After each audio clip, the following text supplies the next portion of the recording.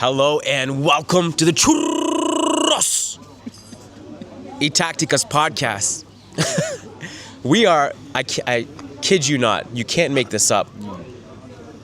A place with a CYT logo. No, that's the, there we go. CYT, as you can see on the screen. And we did not plan this. I mean, Diego picked the spot. Yes, but completely coincidental. Yeah. Sat down. We're here in Chamberí, one of the more classic neighborhoods, typical castizo neighborhood of Madrid, and a famous plaza. And we're here at Cañas y Tapas, or in other words, CYT. It's meant to be, my friend. It's meant to be. I couldn't believe it. Great choice. This is historic or kind of historic. We've recorded a podcast together before. This is the second one we've ever done. I kind of do feel like... In person, right. After a game like last night, probably it's best to do it in person rather than virtually. It's always best to do it in person. It's always, yes, always. That was probably the most appropriate joke we've had today so far. I wasn't even going there. This guy. Because we have to kind of act civil, like we're in public. So like we can't just be shouting about referees and not yet and anything. Hold on, let me get a few more of these. We got churros coming too. Yes. Yeah, we got churros coming. All right, man. Listen, you and I have sat here for a good chunk of time.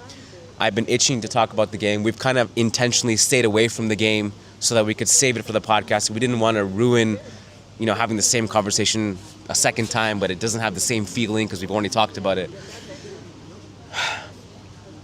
I thought about you a lot last night because I had a conversation with you on the phone before the game started, and I was walking to the stadium at that point, and you were like, "Man, I missed it here. I'm in Madrid. It's so lovely." And I was like, I haven't heard from him. I was like, I wonder if he still feels good. What was your experience watching the game last night? You watched it in a bar in Madrid. Yeah. There were culés there. So tell me about your experience. Yes.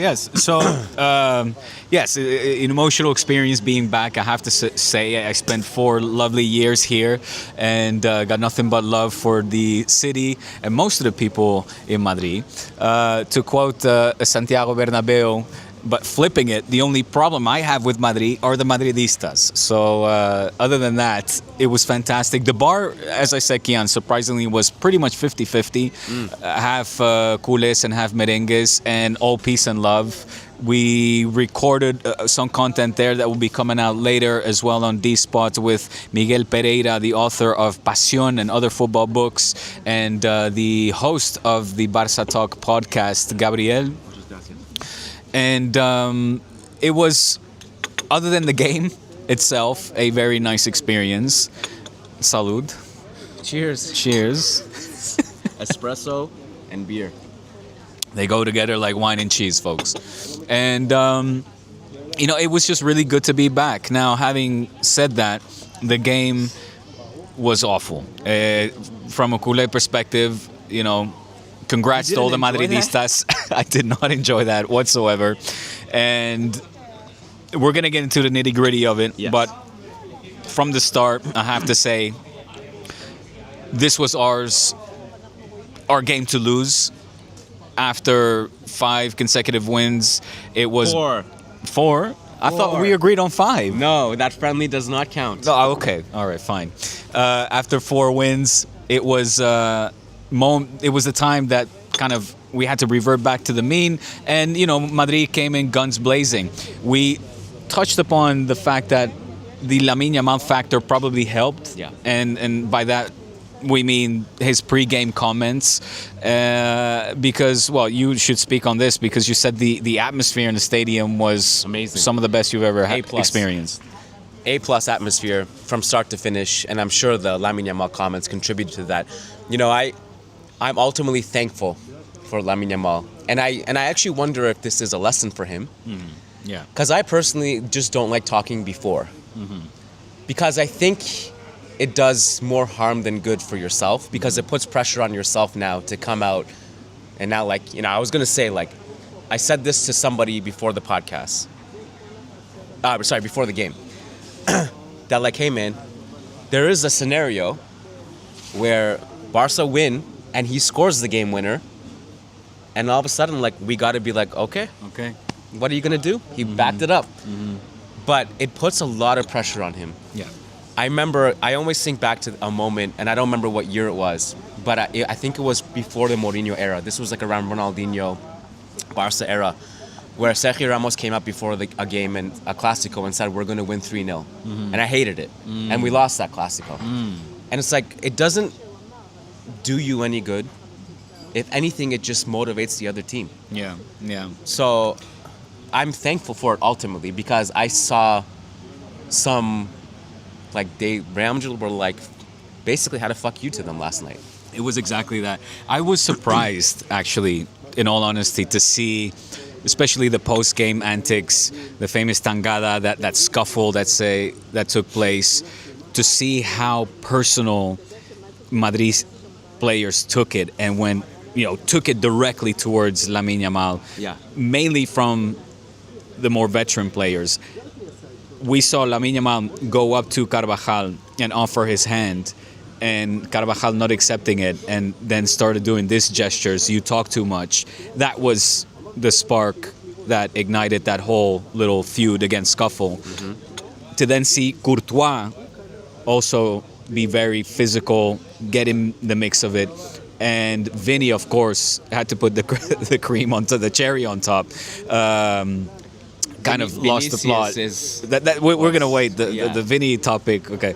But what I want to say about Lamine Yamal, he's talked last year before several games and walked the walk when he talked the talk. He didn't do that last night. Was very far from it. Was in very poor form.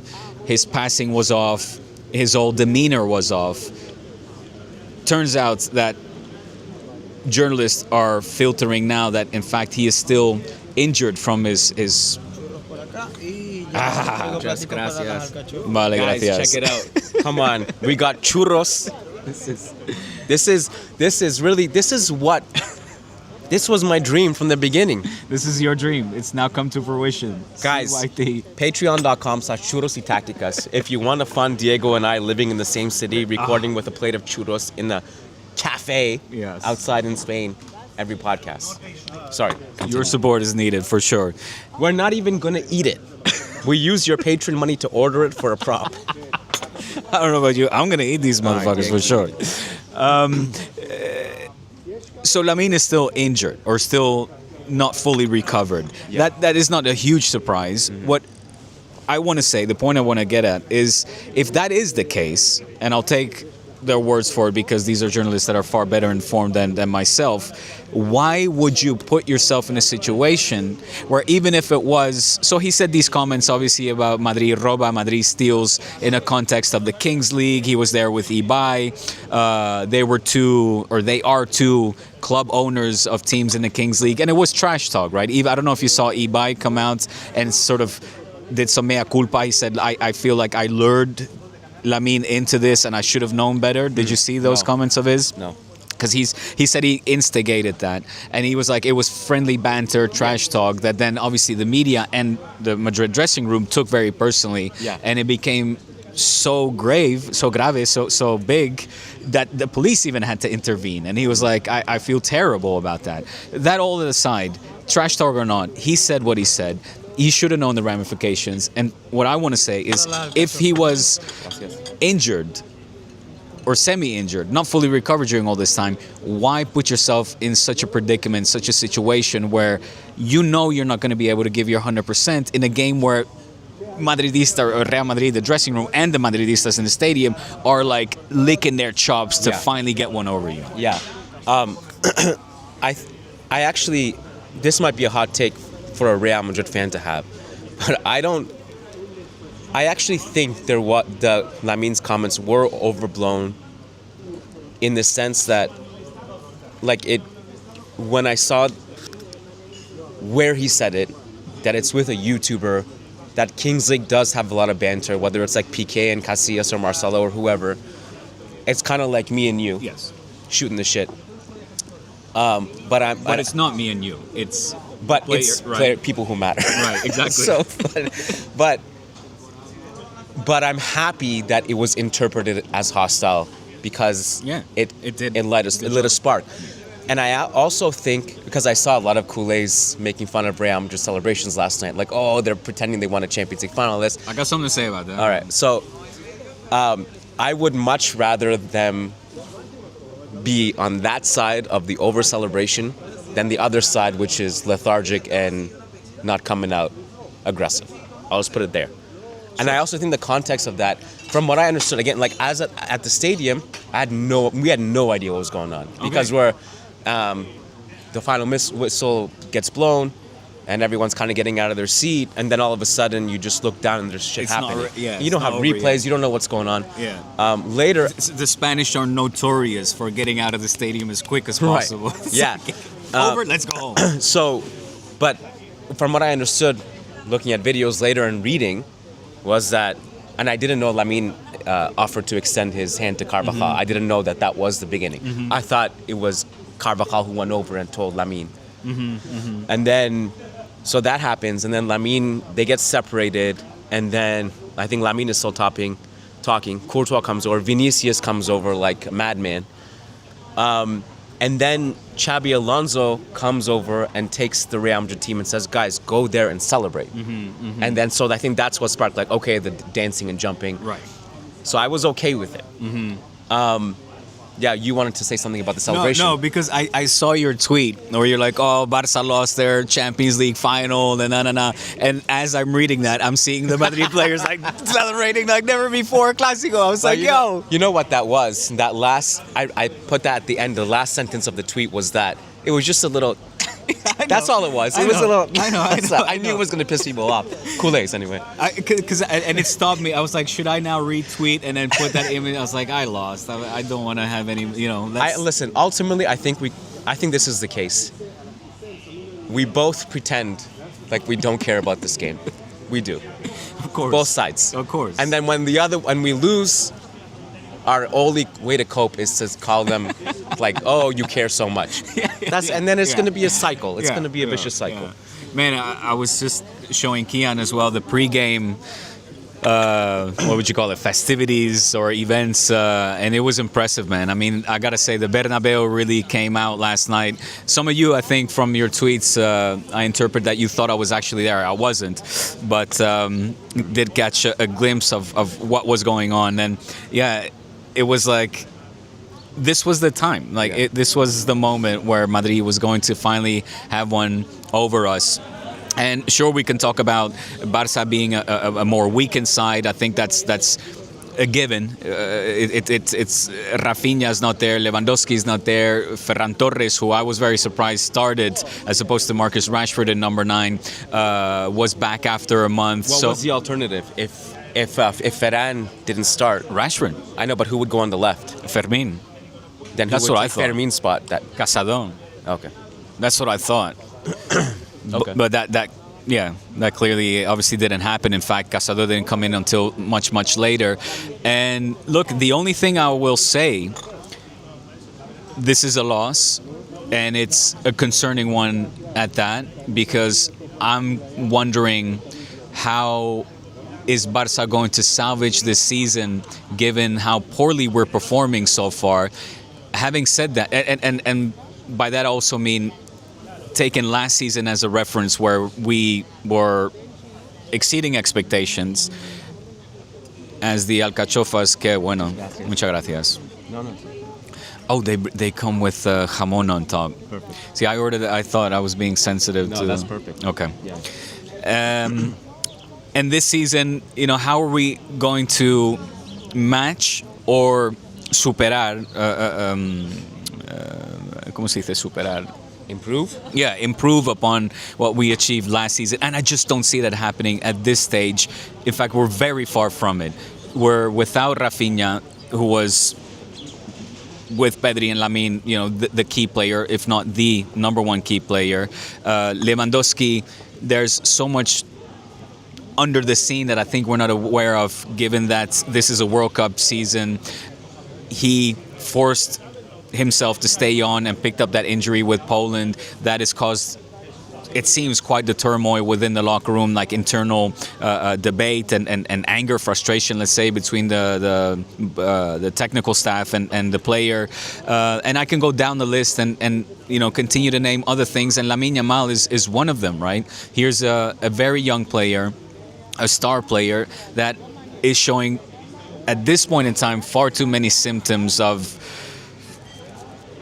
calm down, my friend. Like, calm down, son. You're getting now too ahead of yourself. I hold my heart that he will not become a washed-up player too soon, but his trajectory, if you will, is showing us that he's leaning more towards the Neymar than the Messi or a Cristiano Ronaldo. And why do I say that? It's not just from the poor performance we see on the pitch, but all I hear about Lamine Yamal is what we see off of it, right? It's about the girls, it's the holidays, and it's the trash talking, and I'm like, where's this going at this point? That's what is very concerning. Now, the silver lining, and I pass you the mic, is that we only lost 2-1.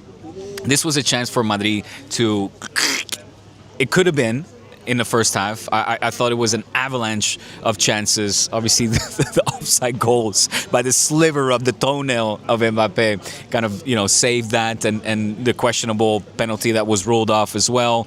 I think that we had some questionable calls go against us as well. But this was a chance in the end where you guys could have demolished and demoralized us. And in the end, look, we walk away with a 2-1 loss at the Bernabeu, which can happen while we're at our weakest. It felt like a traditional Real Madrid Clásico win, right, in the sense that we could have scored more but didn't. And Madridistas, they're like, man, can we give them 4? Can we give them 5? It's cool that we win, but we want like the... demoralized. Yeah, and actually when Fermin scored in the first half, I was like, come on, man. I thought about you. I was like, after all that, it's 1-1. And that's what I was worried about. I also, at halftime, when we were up 2-1, my biggest concern, and it kind of happened, was that we're not going to have enough energy to sustain pressing. It's going to be a different game. Barca's going to have more of the ball. And was 2-1 a big enough lead to take into that situation? And I think that's kind of what happened. Like, in the second half, we were more defensive. We stopped pressing. We gave Barca the ball. And that's generally okay, but our transition attacks weren't that good in the second half. Mm-hmm. I will say, I thought that first half was like the first time all season in a real significant way where I was like, okay, this is what Xabi ball is building up to. Because the press looked great and Barca looked really uncomfortable. Every time Barca had the ball deep, like with Szczesny and Kubarsi, Koundé, I was like, yeah, I think they're uncomfortable. Like, they were giving it away. Yeah. And I was like, we never saw that with Ancelotti and Clásicos, that aggressive. Mm-hmm. And it was nice to see, because I think it's the correct approach to do that to Barca. It may not be the best approach to do that against like Pep's Barca of 2009, because they'll probably play through it. But given that, I always reference that Rayo Vallecano game. Like, they did it. Sevilla. And I was like, if they can do it, PSG obviously is great, but I was like, this is correct. Like, make them uncomfortable. Don't make them comfortable. And in the second half, as much as I didn't love Real Madrid's performance on the ball, like their transition attacks basically died, and the couple we did have, we missed. Like Rodrigo had one at the end. I think Brahim almost had one. But our defense was good. Mm-hmm. Militao was fantastic. Militao was great. Carreras. He's back at his best. Unbelievable. To me, it's one of the most underrated stories to me, like a player, 2 ACL injuries coming back. It's just a good story to be playing that well. We won the wing-back duels, Carreras versus Lamine, and Fede versus Rashford. Yeah. And for all of the ball that Barca had, I felt pretty comfortable when they had it. Yeah. I was like, they have control, but they're not getting into dangerous zones. No. They did a couple times. Passive. Yeah, but it wasn't Like there was one, I think, towards the end when Araujo had gotten the box. Right, he thought he was a number 9. Araujo was a disaster. It's like he had a couple of moments where I was like, whoa, what was that? But I guess I don't know, give him the benefit of the doubt because he scored that goal against whoever. Yeah. I can't remember who it was against. The last game, what was it? Wasn't there a situation where you needed a number 9 in the box? Game winner at the end? No. It was last week, coño. Who was that against? Girona? Girona. Yeah. So I don't know. I felt good about it overall that like there was so much criticism of Xabi Alonso and Real Madrid not winning a big game. Yeah. We finally did it, and I thought it was a good step in the right direction. I thought it was good to see Vinny in that form, and not only Vinny but Bellingham too. Yeah. Because we hadn't seen that. Bellingham looked on point. I feel like since 2024. Yeah. When we won the Champions League, we hadn't seen all these guys play well together. Yeah. To that level. And can I ask you this, though? Yeah. How do you feel about the 2-1 win, knowing that Madrid, you guys had, as far as I'm concerned, everyone fully available, fit, again, as far as I'm concerned, and walking away not just with the 2-1 win, which maybe seems too little for what Madrid could have offered, but also Barca could have leveled the score in the end. Like, do you feel like against the Barca with Rafinha, Lewandowski, everyone fit as well, then it's like it becomes a little more lopsided again, less... You understand my point? I do, but I would say like 2-1 or 5-1, 3 points is 3 points. Yeah. It doesn't really matter ultimately, I think, at the end of the season, unless it comes to some freak goal differential to win the league or whatever. But listen, I think I'm happy enough with the performance that even if I knew that Rafinha and Lewandowski were there, I think we had control of the game. I also have seen Militao like 2 years ago lock up Lewandowski pretty comfortably. I think Rafinha is a great player, obviously. Sure, I mean... I guess my point is, do you feel that you still need to have ways to improve Yeah, of to course. get to your best? Yeah, of course. Yeah. Of course, yeah, there's no question. I mean, we have at least one more Clásico left, possibly more. And there's a lot of football left. Yeah. I said it like before we started this stretch, this difficult schedule. I was like, we could win all these games and not win a trophy at the end of the season, or we could lose and win trophies at the end of the season. It's still too early to tell. We just look at the signs, and I think it was encouraging last night because we saw different styles of football. We saw the aggressive press and the chances that came out of that, and we were hoping for a 3-1 maybe, 4-1. Mbappe missing the penalty. What was your feeling when Mbappe missed the penalty? I was pretty surprised that he missed it. Man, Szczesny was our best player yesterday. He was good. I mean, Mbappe is so reliable too in that situation that I was just surprised. Is it true? I read somewhere it was 200 non-missed penalties, or was that an exaggeration? I heard a journalist mention this. Well, obviously it can't be in a row because he missed 2 last year. Oh, okay, but that's that. It sounded absurd. I'm like, surely not. I don't know what stat you were looking 200 at. penalties. What was I even thinking? Who's even Has anyone scored 200 penalties? Cristiano Ronaldo.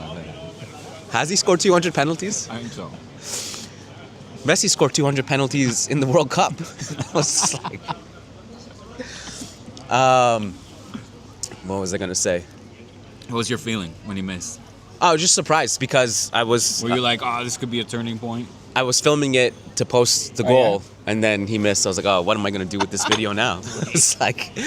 so I was surprised. And those are the moments you're like, man, if this game ends up 2-2, you look at moments like that. Like, I haven't seen a replay. Was it a penalty?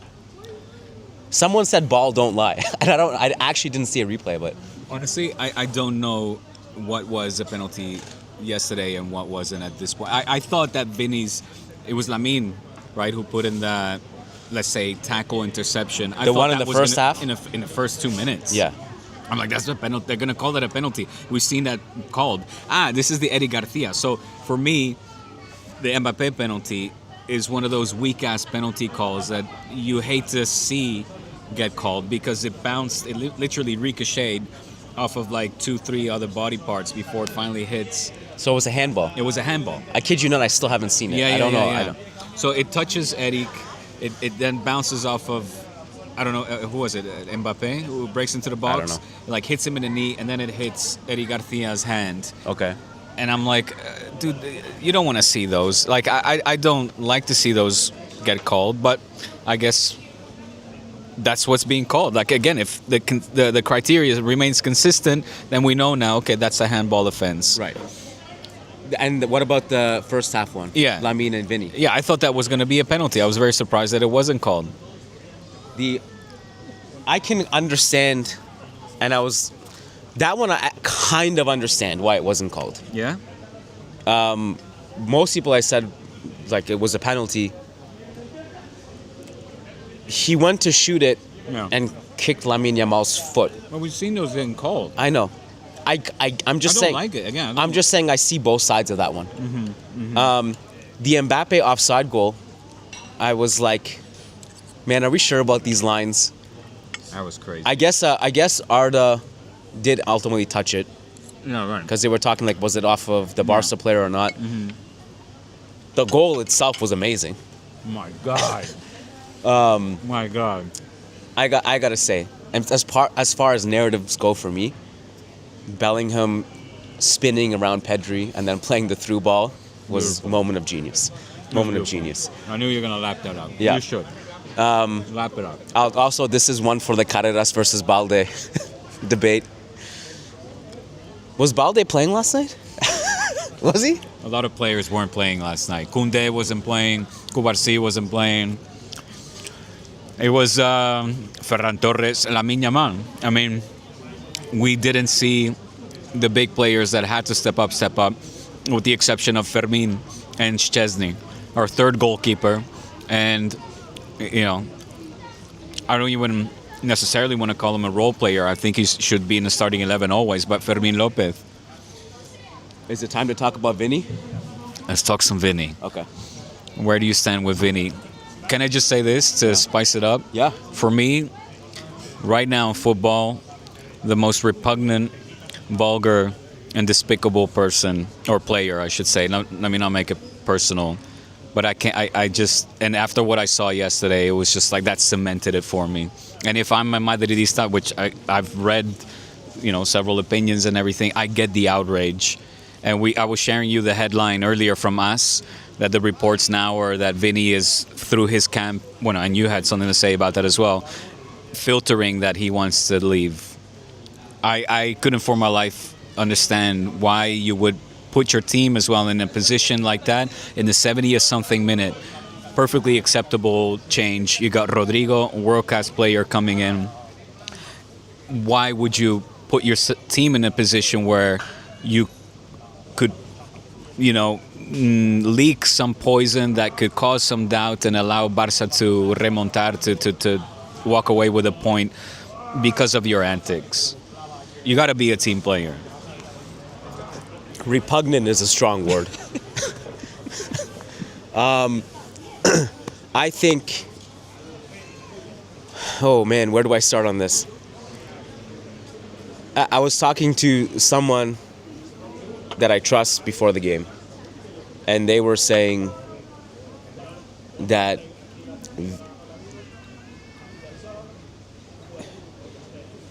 Vinny and Xabi Alonso just don't really get along. We don't see eye to eye. Don't see eye to eye. Xabi doesn't like a lot of the stuff that Vinny does, and Vinny doesn't like kind of Xabi Alonso's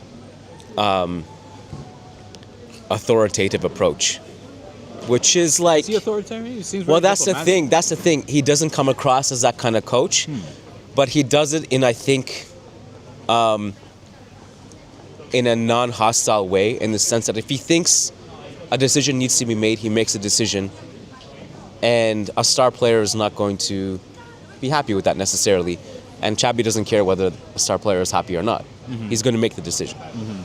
So he hasn't been shy at all about either benching Vinícius or taking him off. And he's done that with Mbappe a couple times too, if he feels like the game needs to change. So in Xabi, I mean, these are two completely different points of reference, right? From Xabi Alonso's point of view, he's making a tactical change. Vinny's been running all game. Rodrigo is going to be fresh. Rodrigo's a good defensive player. You're trying to close out the game. Lamine Yamal's on that side. He can still create danger. And I mean, this is part of the challenge of coaching Real Madrid, right? Like, it's not just the tactics. There's a lot of man management involved, and that's why Carlos succeeded. Yeah. But you're going to have to deal with this. And he's winning. Like, Xabi's winning these games, except for the derby. He's winning, and he's been able to... And after the game, he's very diplomatic. He said, that the reaction, we're not going to talk about that. It was not a big deal. There's emotion. No, he Vinny said was we're very good. talk. Yeah. He said we'll talk in person. But he won't say that stuff publicly, I guess. As he should. Yeah. And then before the last game Real Madrid played was against Getafe, I think. Was it Getafe where he came off the bench, Vinny?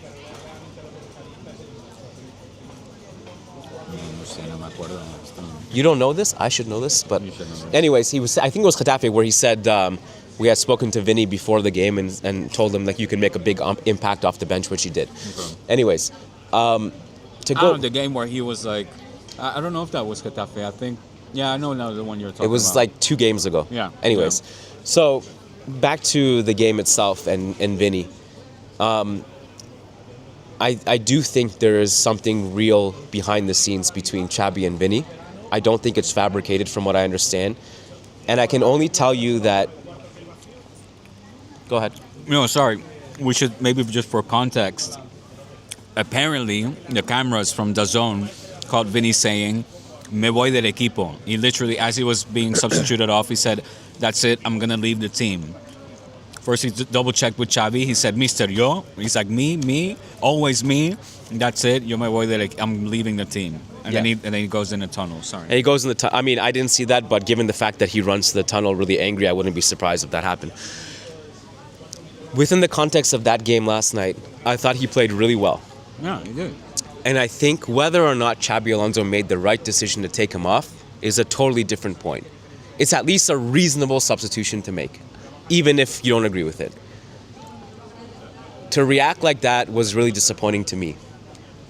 As I was mentioning before we started recording, the stadium stands up to applaud him because they enjoyed his performance. And then he reacts like that and everyone's like, "Oh, this is awkward. Like, do we applaud? What do we do now?" And then they showed on the big screen in the Bernabeu that he ran to the tunnel. They showed it and everyone was just like, "Oh wow." And then I felt like it just sucked the energy out of the stadium. You see, that could have been a turning point. You understand? And it could have been. And I think if you're a teammate, you would have felt demoralized a little bit. Like, come on, man, we're trying to close this out. We need good energy. Yeah. He eventually comes back. Yeah. He supports the team. I don't know if someone talked to him or he's like, okay, I need to cool down. I'm back. I don't. In theory, I have no issue with people being upset when they're subbed off. No, that's fine. That's healthy. Exactly. Yeah. But this was crossing the line for me. And then he comes back, and then by the end of it, he's chasing after Lamine Yamal in his sandals. So,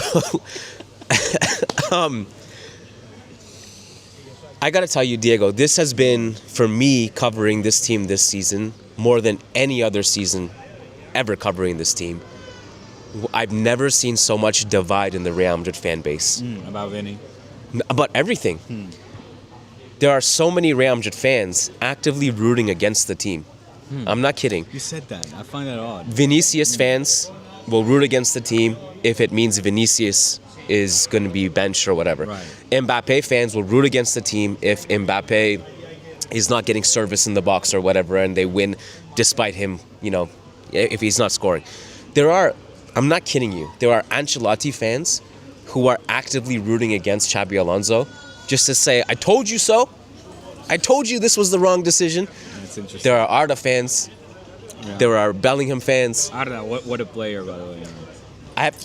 There are a lot of people who are stuck in this narrative that Arda Güler can't play well in big games, and he made the mistake for the Fermin goal. He gave the ball away. Yes. But I thought that was unfortunate. I'm not going to defend that mistake. He made a mistake. But I thought outside of that, he was quite good. Come on, very good. Yeah, he was very good. Yeah. So I just to me, it's like, man, can we root for the team? Can we root for the team? Root for the team. Root for the team and just just You want unity. Yeah. You want unity because now, especially when we are slowly but surely approaching the second half of the season, crunch time, the last thing you need is divide, especially, fan base is one thing, Twitter, etc. You can just blank that, ignore that. Yeah. But within the dressing room, I want to know from you, Vinny, on your team or off your team, with the way he is now, will you be relieved if you see him pack his bags at the end of the summer, or will you say, that's too soon. We could have gotten more out of him. No, I want him to stay. You want him to He's a great player. Yeah. I mean, Sure, he's a great player, but his character, clearly there's something off. Look, there's a lot of emotion, I think. I mean, he was obviously very emotional last night. Yeah, but my question is, do you want somebody with that, or unable to handle his emotion, control his emotions in your locker room? That's, for me, is like a ticking time bomb. If it brings you titles, yes. If it doesn't, then no. Right. Like, I would... So you'll judge at the end of the season? I guess. But I also will, like... Okay, this is maybe a weird example to bring up. But there were actually a lot of Real Madrid fans who didn't like the way Ronaldo carried himself. Okay? And I'm like, this is... These little, like, emotional spurts that Ronaldo had sometimes, or coming and saying after the game, like, if everyone was on my level, we would have won. That comes with the territory. Like, that brings you the titles at the end of the season, so you got to be okay with that stuff. But I see it the same way with Vinícius. Vinícius, the way he's playing now, you know, and it helps the team, and he was great last night. Yeah, I will deal with the side tantrums. But if he's not playing well, then no, it doesn't, you know, it's an extra baggage.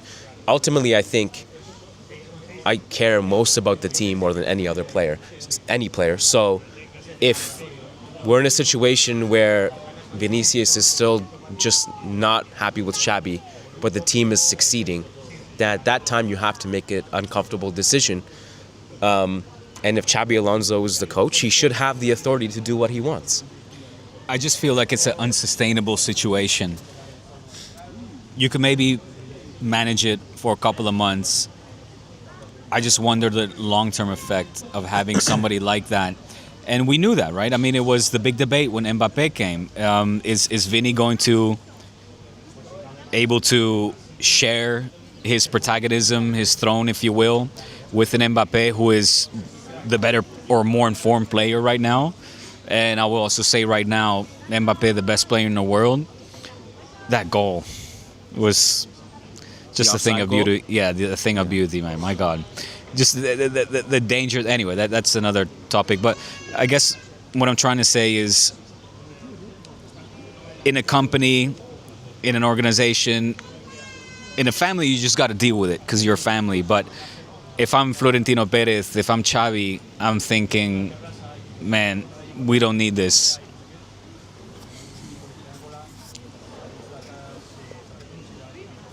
I did not like his reaction last night. Were there boos? I didn't notice anything. More like confusion. Like, yo, why are you doing this? Like, dude, we're having a good night here. Yeah. We're celebrating. Like, read the room, man. Like, everyone's happy right now. Totally. I guess it would be ultimately down to, can Xabi and Vinny figure it out? Yeah. And can Vinny accept what's happening? I'll keep going back to saying it. Like, you started, what was it, minute 70 whatever? Yeah, 70-something, yeah. You've been running all game. We need fresh legs. We need to close it out. Like, what these damn pigeon here eyeing the churros. I swear, Canadian pigeons don't have this much shame. This much balls. So, the thing is, like, these reports about him leaving. I mean, very opportunistic. Sure. Because after what happened last night, easy headlines to write. But you yourself admitted. I didn't say anything about him leaving. All right. But I said that there are real divide between him and Xabi. Yeah. And I don't see an easy out. You don't just sell a player like Vinícius. And you're certainly not doing it before the end of the season. No, for sure. So, I don't know how it ends. This is going to come back, this conversation. It was there at the beginning of the season, and then it kind of cooled down, and we're like, okay, everything's fine. And then last night, I mean, unnecessary. So I was hearing on the radio, again, this is in a post-match, the Madridista or Madrid-based journalists talking about potential financial fines. Is like From what the club? Yeah, what is the solution? Yeah, besides the talk, which Xavi in the press conference said, I'm going to have a talk with him, but financially for being angry at a substitution. Yeah, I don't know if that's ever happened, but I mean, it wouldn't be the first time that a player gets a fine for. Yeah, I mean, it's not going to be if you want to send a message to Vinícius, it's not going to be financial stuff. It's going to be benching him. Right. Would be the message. Yeah. I don't know. I'd love to be a fly on the wall on the conversation that Vinícius and Xabi Alonso are going to have if they haven't had it by now. I'd love to be a fly on the wall, man. Wouldn't you? I'd just. Absolutely. Yeah. If you're Xavi, I think your next game is against Elche. Oh no, Valencia. Barca's Elche. Then Liverpool. Are you benching him? You gotta no. Is he in a position now where he's forced to send a message just also for the harmony? Let's say maybe not harmony, but to show his authority over the dressing room to say, look, man, I that's just unacceptable. You're back on the bench. If I had to make a prediction, he probably gets benched against Valencia and then starts against Liverpool. Right. And I think he would be benched next game regardless of who the opponent was, even if it was like a big game. I don't see how Xabi can reward that behavior, nor should he. Mm-hmm. Because if he does, then it sends the wrong message to the squad. Correct. I also think that no Madridista should be okay with how Vinny reacted in that moment. Mm-hmm. I don't think you can. I think if you're okay with it and you defend him in that situation, like, oh, well, it's Xabi's fault because he made a wrong sub, he's an idiot for subbing off Vinícius when he's playing that well, then I think you're obviously just in a very weird place where you're putting the club player above the club and you're putting a halo on his head, thinking that he can do no wrong because he's your favorite player. Where in reality, like, we need everyone to buy into a system for the good of the team. And again, it's not like Xabi Alonso dragged him off in minute 20 after Vinny scored a hat-trick. No, it's a Clásico you're trying to close out. You're winning. You got like 20 minutes left. You have, as you said, a great player in Rodrigo who is fresh and can work hard on the wing to close it out. And like, he's also good in transition too. Yeah. He can attack. Yeah. So it's a reasonable situation. And again, I actually would hear you out and say you could be right that if you said that Xabi Alonso did make the wrong decision. Maybe. But again, that's not the point. That's not the point. Yeah. It's 3 points. You said just 3 points. Xabi said that it's more than 3 points. I think so. These Clásico games, it gives you the moral boost. It gives you the bragging rights. I think, the momentum clearly is with Real Madrid right now. And quite frankly, I know it's just October, end of October, November, but with a 5-point gap and seeing the form of Real Madrid, the form of Barca, I'm going to say it right now. La Liga is a write-off for me. No. It's Madrid's for the taking, and I don't see Madrid is the better team. Right now, Madrid is the better team, and we're light years ahead, or light years behind, rather, of where we should be in order to compete for a Liga title. Congratulations. Well, no, I'm not going to co-sign on that, but I think Real Madrid look way better than they did last year. I think Barca don't look as strong as they were last year. That's huge in itself. Last year, when you look at it too, despite all that, we were only 4 points short of the league. But I'm actually more curious to see how Barca handle the mental blow of this. More than the way Real Madrid carry the momentum, actually. I'm actually very curious to see how Barca respond to this. When is Rafinha back? It's still not for a while, right? Not for a while. And Gavi is still... Well, Gavi is weeks away? No, Gavi is like next year. The one who looks like will be returning somewhat soon is Joan Garcia. That's in November. But Lewandowski is incognito right now. Rafinha is as well. The reports say, or the rumors say, that they'll come before the end of the year, but Gavi, not yet. No. Wasn't there a situation last year where Barca dropped like 7 games in a row? They dropped points. So we got to like use that as a lesson, because I remember at that time we were like, oh, Barca lost the league. It's only 5 points. Yeah. You got next Clásico, that's 3 points off. So you only have 2 points now. Real Madrid will definitely drop points. You think so? See, I don't see Madrid dropping points. I will say this, without trying to jinx it or anything. We are doing much better in the games we're supposed to win. Last year we were not doing that. Mbappe is his best ever form since putting on a Madrid shirt. Yeah. I just don't see it happening. That's why I'm being very realistic. I'm not trying to jinx anything, but you look at this Barca side and you compare it to last season, we had our shit figured out. There's so much work for Hansi Flick right now. I don't know if you probably didn't see it, but it was on the TV. They camera panned to Hansi Flick at some point, and they showed him, and Hansi Flick was like this, like sitting there. Yeah, they showed it in the stadium actually. Yeah. Yeah. I mean, the man's concerned. You know, there's gaping holes right now, not just in the defense, but all around, I would say, with players that are, you know, far from being their best. And that was not the case last season. There's so much work to be done. And again, my big wonder, I guess my big question is, why do we look so fatigued, so tired?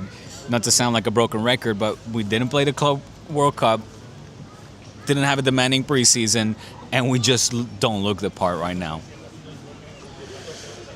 Yeah, I would say depth would have a little bit to do with that. Yeah. The injuries, and then so your remaining players are not getting a chance to rest. I mean, that would be part of it for sure. I have a question for you. Go on. If you had a gun to your head right now, you had to get the answer right. Is Hansi Flick a Barca coach next season? At the beginning of next season? Yes. Okay, so no matter what, he has enough credit in the bank? For sure. For me, yes. I'm not going to blame Hansi Flick here. I think I mentioned that. I don't know if it was on D-Spot or on Churros. For me, I absolve Hansi Flick and for any of the blame or let's say the poor form. Okay. Because you can go around the squad and just pick at the individual players and say, you're not the same as last season. You're not the same as last season. You've been absent. You've been banged up. You've been, dealing with nagging injuries. You haven't been stepping up. And that is not Hansi Flick's fault. Yeah. For me. No, I think you're right. It's more of like, not about maybe what should happen, but more about would he survive if Barca went trophyless this season? Yeah. Would the media and the club feel pressured to change course? Yeah, I don't think the club do. I think the media will definitely try to, turn it up a dial and put out articles. We already saw it at the beginning of the season. It was like after 2 games in, I told you on Churros as well, there was already talks of whether Hansi Flick, si se iba a comer los churros, no, los turrones, but whether he was going to make it to Christmas as a coach, to sit on the bench. And I'm like, dude, we're 2 games in, for crying out loud. Like, this is absurd to have this conversation. But, this is, I see the media have a field day with this and turn it up a notch, try to crank up the pressure to its maximum. But, I don't think that Deco and Laporta are jumping off of the Flick bandwagon, because who else do we take? Like, there's no other coach. Whenever Hansi Flick talks about Barca, not just the club, but the city of Barcelona, he's identified with the club. He loves it, and he's already proven his worth. It's, again, not the coach is not the issue here for me. This is, there's so much that could change from now until the end of the season. We know that. But this is exactly what I was thinking about. Like, I agree with you. Flick is not to blame. But there are certain things where I think, like, this goes back to the PSG game. Why is the team, like, basically gifting PSG breakaways when you could just close it out with a draw? It's like things like that where it's like, he's just so, like, we have to always play like this. Yeah. Always. Yeah. And at some point, teams are like, okay, so you're a great team, but we know exactly what you're going to do. So that helps us to prepare. Like, if you're never going to change, like, I think, okay, people were talking about before the game, like, Pedri was even saying it, like, okay, both teams like to press now. Like, Real Madrid are pressing teams, so we're going to both be aggressive. And I remember you were asking me, like, I think it was you, like maybe a month ago, that, like, what would happen in this situation if Real Madrid are playing like this new style of football against Barca? Like, would you expect, like, to me it was like, yeah, but Barca are still, if I had to guess, will have more of the ball still, because if you look at the numbers, they're actually still more possession dominant than Real Madrid. What was the possession stat yesterday? I'm a little bit confused about it because I saw maybe two different numbers, but I think it was about 68 by the end of it. Oh. I think, but I could be wrong. Someone can have to But it's fact like you check said, me. I mean, even actually Vinny was mocking Lamine, saying, "Oh, all your passes are to the back." That was great banter. If that's true what he said, that, because I heard that too. Yeah. But Vinny was on another level, like, angry last night. Like, did you see that? You saw that play where he kicks it really hard? Yes, against Lamine. Yeah. And the whole stadium was like, yeah! It's like, it was a hell of a moment. I mean, yeah, I mean, like that, everyone was just filled with rage against that kid last night. Completely. Let me say also, a little bit disproportionate here. Again, you're talking about, and not to bring up, this is the first time I'm saying an 18-year-old kid, so that excuse, it was, I think, had more validity when he was 17, but even at 18, he's gonna make mistakes and he's gonna talk out of line because, like Vinny and Courtois, he's an outspoken person, individual on and off the field. So, but.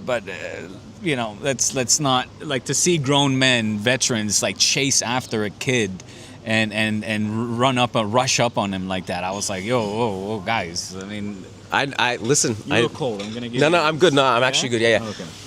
Yeah, I know you're not gonna agree, but I was okay with it. Yeah. Because I think it's a life lesson. Mm-hmm. Like, we can't keep saying. I agree with that. We can't keep saying, like, oh, he's only 18 forever. Yeah, like, yeah. At some point, like. But that's true. But at 18, you commit mistakes. Like, Sure. At 18, you think, and especially him being the second best footballer in the world, ego, he already has that in him. Like, he's going to take things out of proportion and is going to think maybe too much of himself, and he's going to speak out of line. But that's kind of what you do at 18. And when you mature, like Cristiano did, for example, you start to dosificar, or kind of measure your words a little bit more, and you're not, I don't. That comes with age. With I get maturity. that. I get that. I think I get the 18 part. And as I've mentioned before, like, I don't want to sit here. I just want to make it clear that when I was 18, I was a dumbass, and I made a lot of mistakes.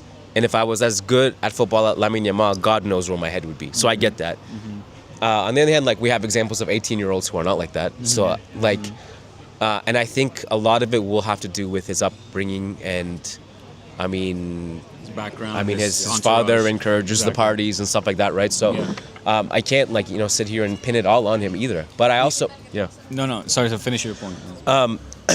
The reason why I was kind of okay with it, like, for Real Madrid to react the way they did, even if it was over the top or whatever, was because it fueled them with motivation. Yeah. Kind of the same way where, Michael Jordan fabricated stuff in his head that weren't even true, just to give him a little, right? It's the same idea. No, totally. I was going to say, did you see what his dad tweeted, or I don't know if he tweeted or posted on social media? Something about cooking?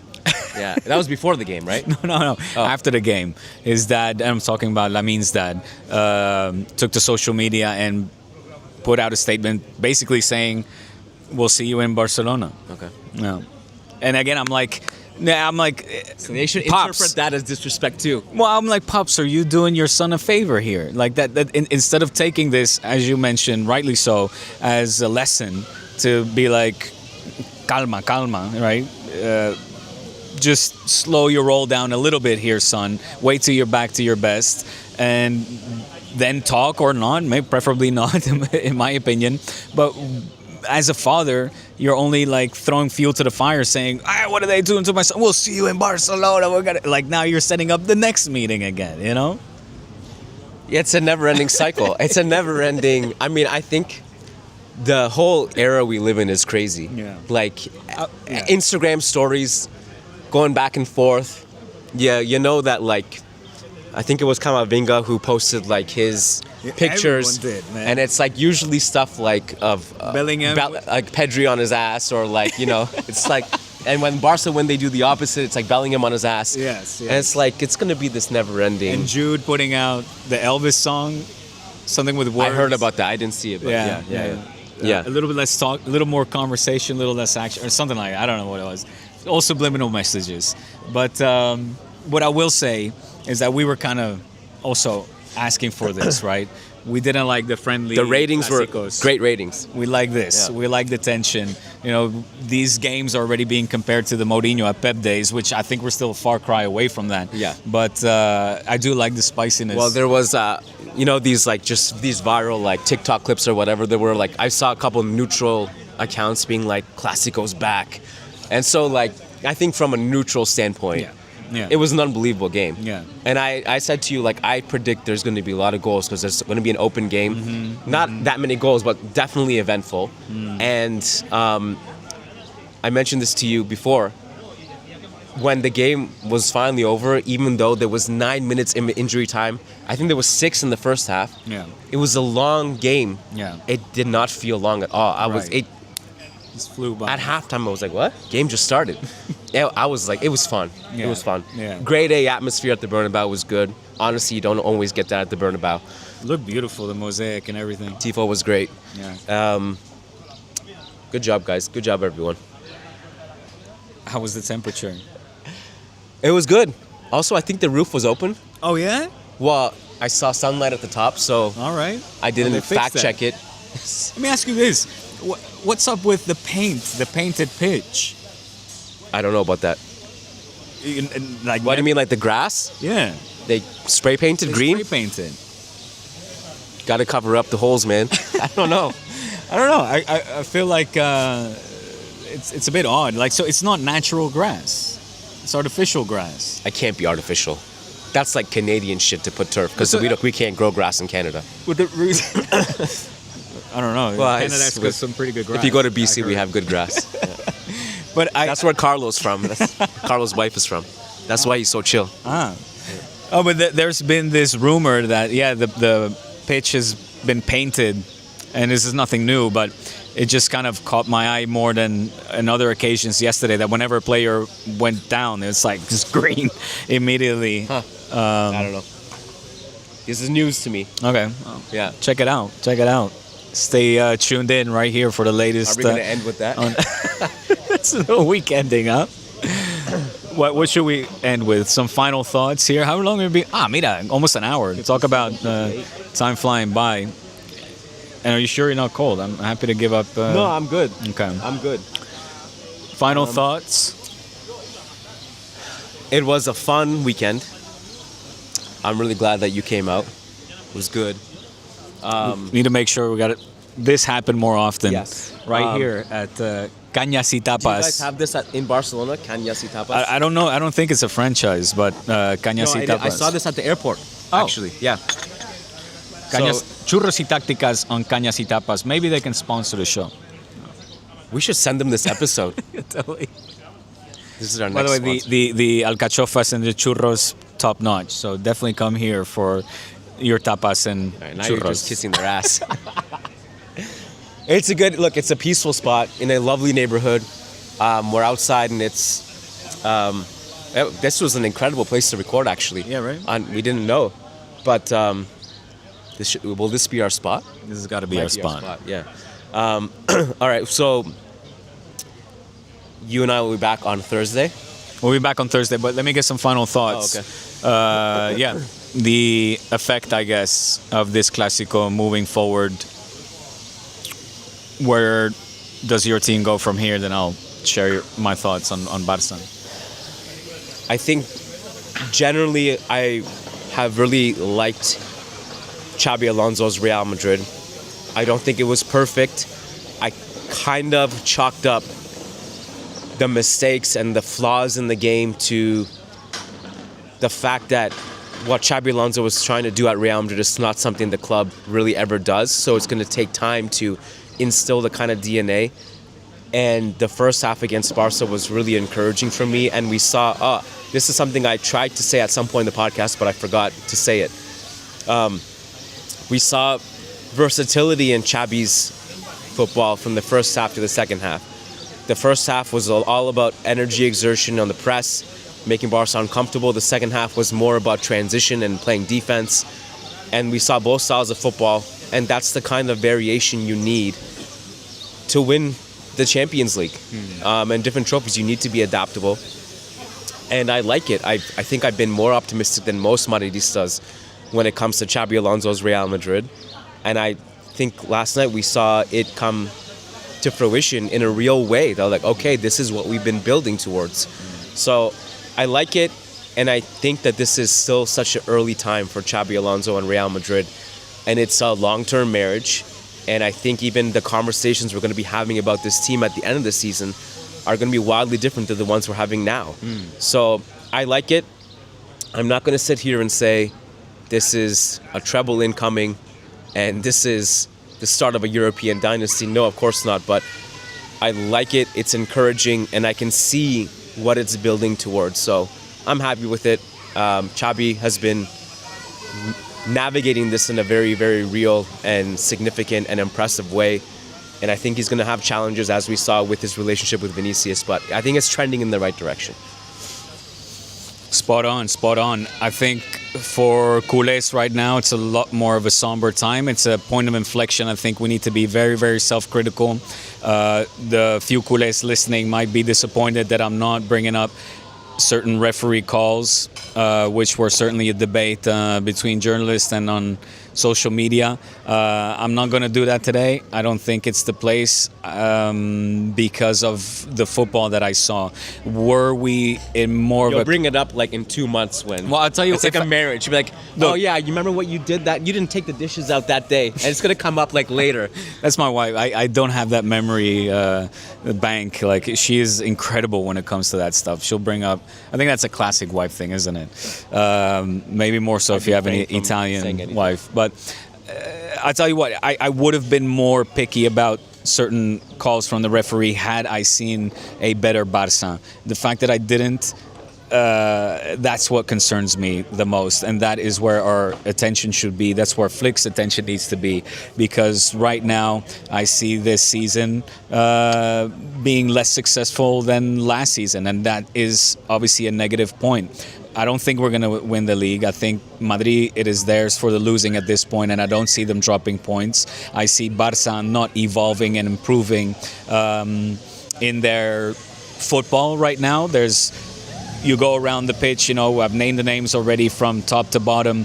Players, whether it's injuries or just poor form, that need to step up and improve hugely and do so quickly if we want to remain in contention and be a serious title contender or repeat champion, if you will, both nationally and in La Liga. The only positive that I can take away is that a Madrid in their best and most glorious form, with all of their star players out there and the depth of their squad, were only able to put two past a Barca side in its lowest form for me. And that is something that I think we should be able to build upon and try to see it as, look, we've hit rock bottom now. Let's see if we can rebound and bounce and catapult our way back into that stratospheric form that we grew accustomed to and loved the team for last season. But it's like I said before, man, light years away right now. That's just not a realistic outlook. So let's take it game by game, but let's hope that we can see some improvement as the weeks progress and we approach the end of the first half of the season, and then see where we're at, right? I mean, in La Liga, you guys had you faced your heavy hitters. We still have to face Atletico, Easy W. You've gotten those off of your chest already. One, of course, that was a humiliating loss, but here you are, 5 points adrift in the league. So it was all, not for the worst. And if anything, it probably brought the team together in your case, I would say. I don't know if it brought the team together, but because it was really demoralizing, that one, the derby. Yeah. And that was actually the game that concerned all of us. Okay, so we're still not as good as we thought we were, right? Yeah, it was a lifeline for us. It was like, oh, okay, cool. We stand a chance still, yeah. And when we got Liverpool coming, Liverpool are not at their best either. And I wonder if I 100% I'm going to tell you, if we win that game, the conversation's going to be like, but you faced Barca and Liverpool when they weren't at their best, and it's like, okay, well, what do you want from us? What do you want? There's always going to be something like people are going to be doubting it, but I want to close with this. It's just a message to Barca fans. There we go. I didn't know that Barca fans existed until last season. For years, it was we were winning everything, and then last season, they just came out. And then last night I didn't hear from any of them. Guys, I miss you. Come back. You don't have to only come out when you win. Just come out and be like, hey man, good game. You guys, congratulations on the victory. Guys, it's so I want to hear from you after you lose as well. Come back, we miss you, man. Diego, look at this. Churros y Tácticas. Diego needs you too. It can't just be one-sided. Hey, Churros needs all of you culés. So yeah, come out for sure. I will say I was one of those culés in hiding last night. I avoided social media at all costs. I was going to say, should I check on him? Didn't want to take any part in the social media last night. Yeah. I saw some of your tweets aimed my way, and no, it was not aimed at you. It was not. No, not yours. No, I'm talking about the followers. They're like, "Where's Diego at?" And, okay. Yeah. I think at one point in the middle of the night, I checked WhatsApp, and it said last seen Diego Lorijn. It was at a reasonable time. So I was like, okay, he's alive. He's alive somewhere. Okay, guys, we'll be back on Thursday. Yeah. Patreon.com/Churros y Tácticas. Not only would you be able to possibly contribute to a future where we sit here together with actual churros in a CYT cafe in Spain, but also, more importantly, you get to be a part of this family, and you get a bunch of bonus content. It's very interactive with you guys, so please sign up over on patreon.com/Churros y Tácticas. That's it. That's it. We'll see you guys on the next one. Thanks for your support. Peace out.